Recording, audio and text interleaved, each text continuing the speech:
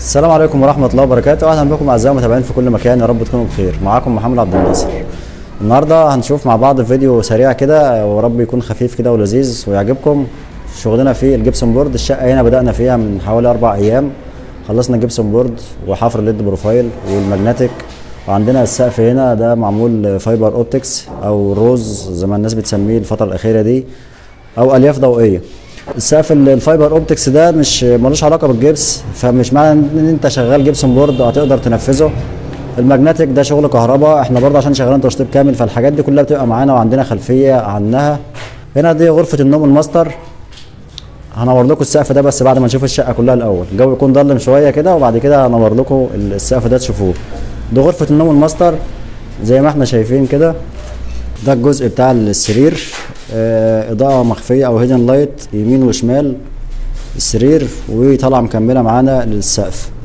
عندنا عودين ماجنتيك ليد واسبوتات مجوز، والجزء اللي في النص ده فايبر اوبتكس. ده الجزء الثاني في غرفه النوم.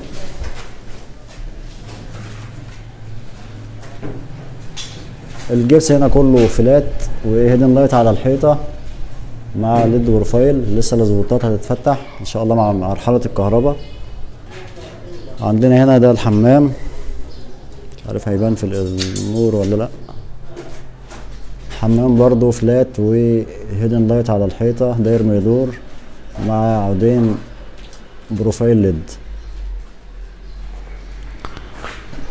نروح بعد كده عندنا غرفه الاطفال.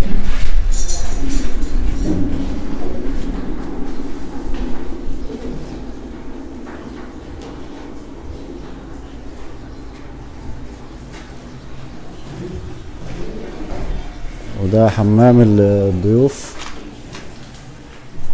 برضه فلات وهيدن لايت على الحيطان. الجزء بتاع الاضاءه المخفيه اللي فوق ده احنا دايما بنجلده معانا نظافه، ومنه بان احنا بنوزن السقف، لان الاسقف هنا الخرسانه كان فيها ميول جامد جدا لدرجه ان الريسبشن طوله حوالي 5 متر ونص كان فيه ميول 9 سم، فكتير جدا يعني. فبنجلد معانا بيت النور اللي فوق ده كله عشان نوزن السقف بتاعنا يبقى وزنه واحده. عندنا هنا ده المطبخ.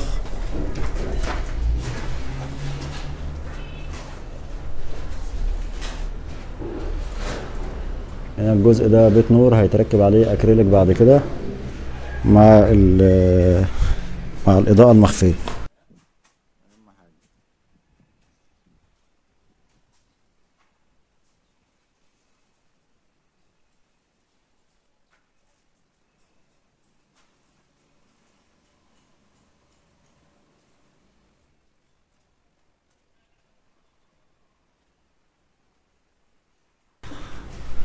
هو ده بقى الفايبر اوبتكس اللي كنا بنتكلم عنه في اول الفيديو، او الياف ضوئيه. احنا طبيعي كنا بنعملها دايما في اللصق في ال 3 دي او اللصق في الفرنسيه او الاسترتش سيلينج، لكن مؤخرا بقت بتطلب كتير في الجبسون بورد. عشان حد ينفذها في الجبسون بورد لازم الاسهل يعني ان هي تتعمل قبل ما الجبس يتنفذ.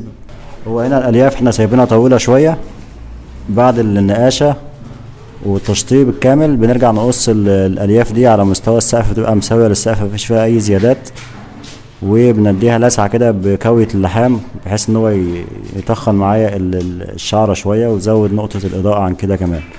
وزي ما احنا عارفين ان هو RGB معانا ريموت للتحكم فيه، وتقدر تتحكم فيه برضو عن طريق الابليكيشن على الموبايل.